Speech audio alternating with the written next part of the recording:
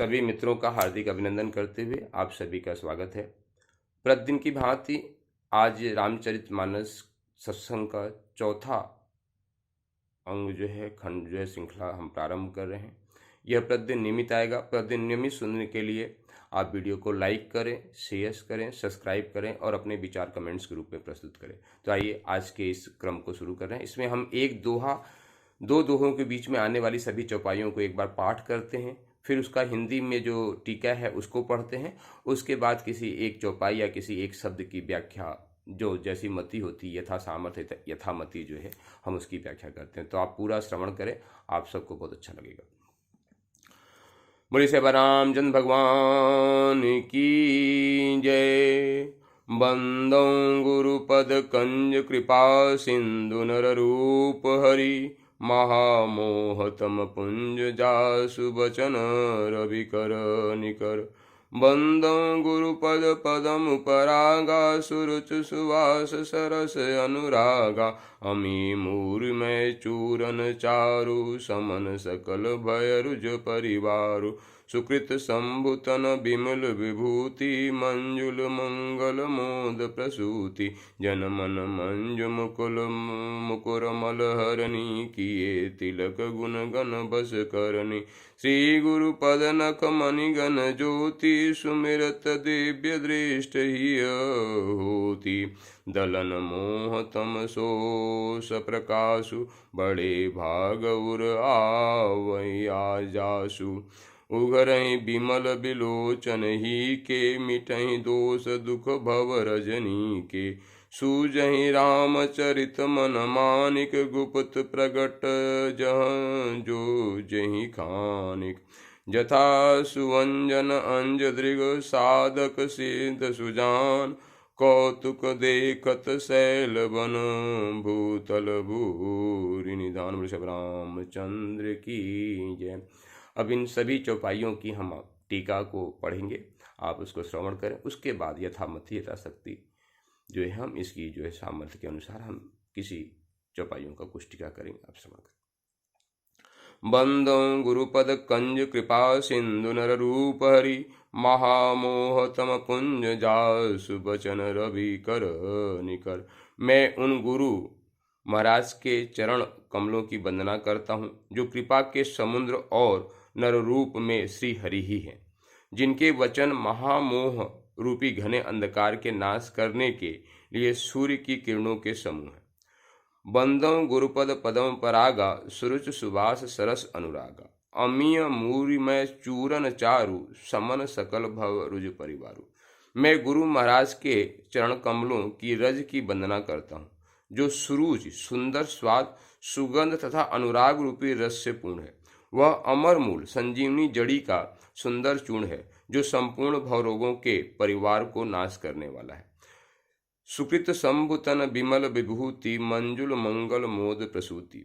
जन मन मंजु मुकुर मलहरणी, किए तिलक गुण गण बस करनी।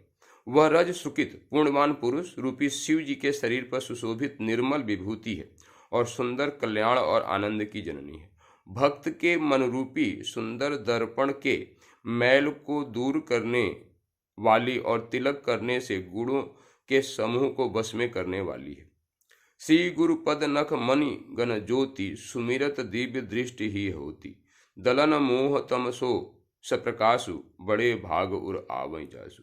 श्री गुरु महाराज के चरण नखों की ज्योति मणियों के प्रकाश के समान है, जिसके स्मरण करते ही हृदय में दिव्य दृष्टि उत्पन्न हो जाती है।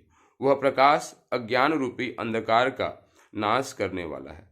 वह जिसके हृदय में आ जाता है उसके बड़े भाग्य हैं। उधरहि विमल बिलोचन ही के, मिटहि दोष दुख भव रजनी के। सूझहि रामचरित मन मानिक, गुप्त प्रगट जहाँ जो जहि खानिक। उसके हृदय में आते ही हृदय के निर्मल नेत्र खुल जाते हैं और संसार रूपी रात्रि के दोष दुख मिट जाते हैं। एवं श्री रामचरित्र रूपी मणि और माणिक गुप्त और प्रगट जहाँ जो जिस खान में हैं सब दिखाई पड़ने लगते हैं। जथा सुवंजन अंजदिग, साधक सिद्ध सुजान। कौतुक देखत शैल बन, भूतल भूरि निधान। जैसे सिद्ध जनों को नेत्रों में लगाकर साधक सिद्ध और सुजान पर्वतों वनों और पृथ्वी के अंदर कौतुक से ही बहुत सी खाने देखते हैं। बोलो श्री रामचंद्र भगवान की जय। आइए हम अब है कि आज भी इस प्रथम दोहे के बीच में जो भी चौपाई है उसमें संत शिरोमणि गोस्वामी तुलसीदास जी गुरु के महिमा का ही विभिन्न रूपों से बखान कर रहे हैं। गुरु वह सत्ता जो हमको अंधकार से प्रकाश की ओर ले जाने में समर्थ है। कल भी हमने चर्चा में गुरु के संदर्भ में ही चर्चा की थी और हमने कल भी कहा था कि इस संसार में यदि कोई सबसे सामर्थ्यवान व्यक्ति है, आपके लिए सबसे कोई महत्वपूर्ण व्यक्ति है जो नर रूप हरि में, यदि नर के रूप में है, पुरुष के रूप में आपके समक्ष उपस्थित है, तो वह आपका गुरु है। वह परमात्मा किसी देवता से भी ऊपर है और माता पिता से तो ऊपर है ही। माता पिता का अपना स्थान है और देवता का भी अपना स्थान है। पर गुरु की महत्ता, जो सामर्थ्य, जिस गुरु की सामर्थ्य को हम समझते हैं, तो गुरु सामर्थ्य की ही मूर्ति है। और आज के परिवेश में जो आप देख रहे हो, मैं उसकी बात नहीं कर रहा हूं। मैं वास्तविक में गुरु शब्द का जो बोध है, गुरु शब्द का जो सामर्थ्य है और गुरु रूप मूर्ति में जो रूप में बैठा हो उसके सामर्थ्य की बात कर रहा हूं। पूर्ण रूप से 100% के रूप में बात कर रहा हूं। तो गुरु जो है सामर्थ्य की ही मूर्ति है। तो वह सामर्थ्य आपको मिले और इसका जो सबसे बड़ा लक्षण है वह है अपने सर्वस्व का समर्पण। अध्यात्म में समर्पण का बहुत बड़ा भाव है। जैसा कि पहले मंगलाचरण में आप सुना कि भवानी शंकरो बंदे श्रद्धा विश्वास रूपे। सबसे पहला जो आपका है वह श्रद्धा और विश्वास आपका बहुत महत्वपूर्ण है, जो प्रेम रूपी श्रद्धा और विश्वास रूपी समर्पण। और वह विश्वास जो है जिस दिन तक समर्पण में परिवर्तित नहीं हो जाता, आपका समर्पण पूरी तरीके से खिल नहीं जाता, तब तक गुरु कृपा या भगवत कृपा या संत कृपा आपको प्राप्त नहीं होती। अध्यात्म में समर्पण घटित होना यह एक बहुत महत्वपूर्ण बात है। और जब तक समर्पण घटित नहीं होगा, क्योंकि इस मिट्टी से बहुत से लोग कहते हैं कि हम इतना पूजा पाठ करते हैं, इतना सब कुछ करते हैं, पर हमें उसका कुछ लाभ नहीं मिलता। ये एक सामान्य सा प्रश्न है जो अधिकतम साधक बोलते हैं कि हम इतनी पूजा पाठ सब कुछ उपासना करते हैं और देखो हम दुखी रहते हैं। मित्रों, हम आपको बड़ी ईमानदारी से बताएं, आप पूजा पाठ उपासना सब कुछ करते हैं, पर पहली बात कि आपके प्रेम में कहीं ना कहीं कमी है। भगवान के प्रति जो प्रेम होता है ना, अनन्यता का प्रेम होता है कि जब तक आप भगवान को भी अपना मानोगे और संसार के लोगों को भी अपना मानोगे, तब तक बात नहीं बनेगी। आपको अपना सर्वस्व प्रेम जो है भगवान को देना पड़ेगा, सर्वस्व, मीरा की तरह आपको देना पड़ेगा। तो अब आप क्या कहोगे कि हम परिवार को छोड़ दें? नहीं, परिवार को छोड़ने की आवश्यकता नहीं। परिवार को भगवान का ही स्वरूप मान के एकदम अक्षरशः से आप प्रेम मत करो, सिर्फ अपने कर्तव्यों का निर्वहन करो, अपने सेवा भाव से परिवार के सदस्यों को सेवा करो, बस कर्तव्य भाव से। इसी को गीता में कर्म योग बोला गया है। आसक्ति से नहीं, मोह से नहीं, लोभ से नहीं, सिर्फ कर्तव्य भाव से अपने परिवारियों, अपने कुटुंबियों, अपने देशवासियों, अपने विश्ववासियों, जो है नर भी हैं, पशु भी हैं, सबकी सेवा करना, यही कर्मयोग है। कर्मयोग का मतलब कहीं निष्पूर्ण रूप से, निष्काम भाव से और पूरे संसार को भगवान का स्वरूप मान के कि यह संसार भगवान का ही स्वरूप है। आप सिर्फ कर्तव्य भाव से आप सेवा करते हैं तो आपका कर्मयोग बनता है। और कर्मयोग क्या है? और इस तथ्य को मान लेना कि यह संसार भगवान का ही स्वरूप है। यदा सर्वम खलविदम ब्रह्म, ये सारा संसार ब्रह्म ही है। सिया राम में सब जग जानी और करहु प्रणाम जोर जुग पानी। यह ज्ञान का आपको तत्वता बोध हो जाना ही ज्ञान है। ज्ञान योग जिसको कहते हैं, इस ज्ञान का तत्वता बोध हो जाना, आपके अनुभूत जन बोध हो जाना, आपके शरीर के हर कण में, रक्त की हर बूंद में यह समाहित हो जाना, यह जो है ज्ञान योग है। और भक्ति योग क्या है? भक्ति योग सर्वतो भावेन परमात्मा के श्री गुरु हरि चरणों में समर्पित हो जाना। जब तक समर्पित, मतलब भक्ति का सर्वोच्च ही है समर्पण। जिसको दीनता का पूर्णता बोलते हैं, दीनता में पूर्णता, दीनता मतलब दैन्यता आपकी पराकाष्ठा पे हो, और अहंकार तो दूर दूर तक दिखे ही नहीं। दिखे तो सर्वस्व श्री गुरु हरि के श्री चरण ही दिखे, जिसको अखंड मंडलाकारम व्याप्तम येन चराचरम तत्पदम दर्शितम तस्मै श्री गुरु। इसमें जो चौपाई है उसका टीका हमने भावार्थ आपको हमने समझा दिया है।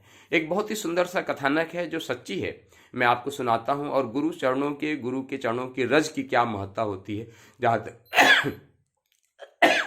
सॉरी क्षमा चाहूंगा, आप उसको समझने में समर्थ हो जाएंगे। विषय है महर्षि अरविंदो के एक शिष्य की बात है। महर्षि अरविंदो के गौशाला में सेवा करने वाला एक शिष्य था। पूरी जिंदगी निष्ठा और समर्पण के साथ गुरु आज्ञा को मान के वे पूरी जिंदगी जो है गौशाला में गौ माता की सेवा करता रहा, पूरी जिंदगी बीत गई। और महर्षि अरविंदो के अंतिम समय में गुरु पूर्णिमा के दिन वह साधक गुरुद्वार पे प्रातः जाके खड़ा हो जाता है, और सारे लोग नियमित लाइन से आ रहे हैं और गुरु पूर्णिमा का दिन है, प्रणाम करते हुए चले जा रहे हैं। सभी लोग प्रणाम करके चले गए, वह अंत तक वहां पे द्वार पे खड़ा ही रहा। अंत में महर्षि अरविंदो के सेवा में जो श्री माँ रहती थी, उन्होंने पूछी, तुम अभी तक यहीं पे खड़े, सुबह से आ गए थे? उसने कहा, माँ मुझे आज कुछ विशेष चीज चाहिए, आप कृपा करेंगे? माँ ने मुस्कुरा के पूछा, हाँ बेटा जरूर कृपा करेंगे, बताओ तुम्हें क्या चाहिए। भोले भाव से जो है उस साधक ने कहा कि आज गुरु पूर्णिमा का दिन है और मुझे अपने गुरुदेव के श्री चरणों की रज और उनके चरणों को पखार के मैं उसका जो है अमृत लेना चाहता हूँ, गुरु चरणामृत लेना चाहता हूँ और गुरु चरणों की रस लेना चाहता हूँ। महर्षि अरविंदो भी वहीं पे सामने थे, पूरी बात को सुने और अपने साधक की सहजता और सरलता को देख के रीझ गए। बोले, ठीक है बेटा, आज तुम्हारे मन की इच्छा को हम अवश्य पूरी करेंगे, आओ। तो बालक जो है साधक, और गुरु के लिए शिष्य तो बालक ही होता है, वह दौड़ के गए, जल लाया, पैरों को सुंदर से पखारा, थाली में रख के सुंदर से जो है उसको चरणोदक ले लिया। उसके बाद गुरु चरणों में थोड़ा सा रस लेके उसको लगा के उस रस को ले लिया। उस गुरु चरणोदक को और रस को लेके एक डिब्बे में भर के उसने अपनी पूजा स्थली, जहां पे वह पूजा करता था, वहां पे उसने उसको सामने रख दिया। समय का प्रवाह आगे चलता चला गया। एक दिन ऐसा आया कि महर्षि अरविंदो ने अपने शरीर का भी मतलब कि अपने धाम चले गए शरीर को पूरा करके। एक दिन वह शिष्य, वह साधक जब वृद्ध हो गया तो सोचने लगा, हमने जिंदगी भर तो गौ माता की सेवा की, कोई साधना नहीं की, कोई उपासना नहीं की, हमको गुरु भगवान ने मतलब किया, कुछ हमको मिला नहीं, हमारा जीवन निरर्थक चला गया। ऐसा सोच के जो है वो फूट फूट के रोने लगा कि आज हमको हमारा जीवन निरर्थक हो गया। हमने गौ सेवा जिंदगी भर गुरु आज्ञा पे तो की, पर हमको कुछ मिला नहीं, और ऐसा फूट फूट के। तो मित्रों, प्रेम की जो सबसे पहली पहचान है ना, अश्रु कंप पुलक, अष्ट सात्विक लक्षण प्रेम के होते हैं, और प्रेम में सबसे पहला जो लक्षण है वे आपका अश्रु ही है। और फूट फूट, और अश्रु समर्पण का पर्याय होता है। जब व्यक्ति सर्वस्व से निराश हो जाता है, हार जाता है, तब उसको आंसू गिरते हैं। तो वह गुरु श्री चरणों में जो है अपने अश्रु पूरित नेत्रों से गुरुदेव से कहता है, गुरुदेव हमको कुछ मिला नहीं, निराश हो रहा है, दीनता की पराकाष्ठा हो गई। और यह देख के श्री गुरु हरि भगवान को रहा नहीं गया। महर्षि अरविंदो साक्षात अपनी जो चरणों की रज और चरणोदक रखा था उसमें से साक्षात प्रकट हो गए, शरीर पूरा होने के बाद भी प्रकट हो गए उस साधक के सामने, और कहते हैं, पुत्र तुम क्यों रो रहे हो, तुम्हें क्या चाहिए बताओ, आज मैं तुम्हारे सभी मनोरथ को पूर्ण करने के लिए उपस्थित हुआ हूं, तुम्हें क्या चाहिए। और जैसे ही वह साधक अपने गुरु भगवान को अपने सम्मुख पाता है, उसका मन, उसका दिल, उसका रोम रोम निहाल हो जाता है। कहता है, गुरुदेव भगवान अब कुछ नहीं चाहिए, चाहिए था तो अभी तक चाहिए था, जब तक आपके दर्शन नहीं मिले थे। आप को मेरी वजह से कष्ट सहना पड़ा, इस रूप में शरीर पूरा करने के बाद भी आना पड़ा। गुरुदेव मैं तो निहाल हो गया, अब मुझे कुछ भी नहीं चाहिए, सब कुछ हमें मिल गया। तो मित्रों, गुरु चरणों की यही कृपा होती है। गुरु कृपा यदि आपके जीवन में आ जाए तो आपको सर्वस्व मिल जाता है, सर्वस्व मिल जाता है। मित्रों, इस मिट्टी ने भी अपनी गुरु कृपा का अनुभव किया है, और यह अश्रुधारा जो निकल रही है यह दिखावटी या बनावटी नहीं है मित्र। यह उस गुरु के चरणों के पाद प्रक्षालन के लिए उपस्थित हुआ है, यह अश्रुधारा। और इन्हीं अश्रुधारा के मैं अपने इस मिट्टी के सदगुरु भगवान के श्री चरणों का पाद प्रक्षालन करना चाहता हूं, और उनसे भी नमन बंदन करना चाहता हूं कि गुरुदेव, यह शिष्य आपके श्री चरणों में अपने सर्वस्व का समर्पण करता है। जिस रूप में मैंने आपके कहने पे इस रूप को धारण किया है, तो मैं इस रूप को सार्थक बनाना चाहता हूं। जन जन तक आपकी चेतना को पहुंचाने का प्रयास करूंगा, पुरुषार्थ करूंगा। और मित्रों, इसी एक भाव से कि आप सबके जीवन में गुरु कृपा का अवतरण हो, गुरु आपके जीवन में अवतरित हो, मित्रों यह वीडियो आपको बना रहा हूं। आप सबके जीवन में गुरु कृपा की ही मूर्ति होता है। गुरु तो आपकी सिर्फ कृपा ही करना चाहते हैं मित्रों, पर हम अपने अहंकार के कारण, अपने लोभ के कारण, अपने मोह के कारण, अपने क्रोध के कारण, अपनी वासनाओं के कारण, एक शब्द में कहें तो गुरु कृपा का लाभ हम नहीं उठा पाते। यह हमारी कमी है। गुरुदेव भगवान तो आपको सर्वस्व देना ही चाहते हैं, सर्वस्व आपको लुटाना ही चाहते हैं अपने शिष्य के ऊपर। पर मित्रों, एक सिद्धांत है कि हम जैसा बोएंगे वैसा ही काटेंगे। बो और काटने का बहुत बड़ा सिद्धांत है मित्रों। हमारी जितनी पात्रता होगी उतनी ही हमें मिलेगी। एक सामर्थ्यवान गुरु अपने शिष्य की पहले पात्र की परीक्षा करता है, वो उस शिष्य के अंदर कितनी पात्रता है। और मित्रों, जैसे जैसे आप अपनी पात्रता बढ़ाते जाओगे, आपको विश्वास दिलाता हूं, शपथ पूर्ण विश्वास दिलाता हूं कि आपके जीवन में कभी भी निराशा हाथ नहीं लगेगी। एक बार श्री गुरु हरि चरणों में अपना समर्पण करके तो देखो मित्रों, एक बार समर्पित तो हो तो जाओ अपनी बुद्धि को किनारे करके। क्योंकि मित्रों, समर्पण में सबसे बड़ा बाधक कोई है, सबसे बड़ा बाधक कोई तत्व है, तो मूल रूप से तो अहंकार है। पर उसी अहंकार से जो हमारी बुद्धि पैदा होती है, उसको बुद्धि कहना भी ठीक नहीं है, दुर्बुद्धि कहना ज्यादा उपयुक्त रहेगा। जो दुर्बुद्धि पैदा होती है, हम अलग अलग प्रकार के तर्क देते हैं, और तर्क भी ऐसा देते हैं कि बड़े से बड़ा जो अपने को बुद्धिमान मानता है वो भी उस तर्क को काट नहीं सके। तो बुद्धो मित्रों, तर्क जो है ना, समर्पण का पर्याय नहीं है।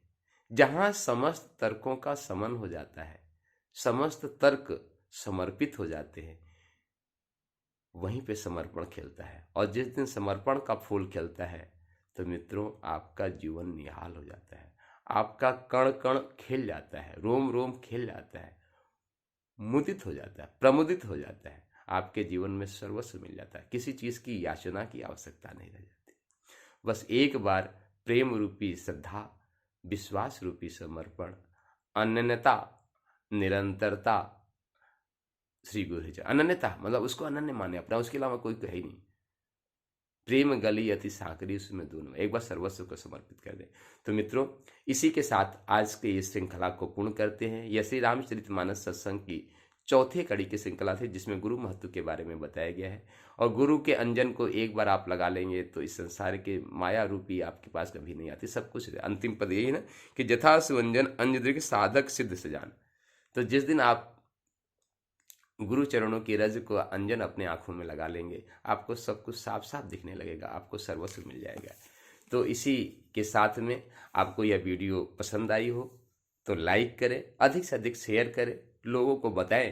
प्रतिदिन यह श्रृंखला जारी रहेगी, यथा सामर्थ्य हम इसको बनाए रखेंगे।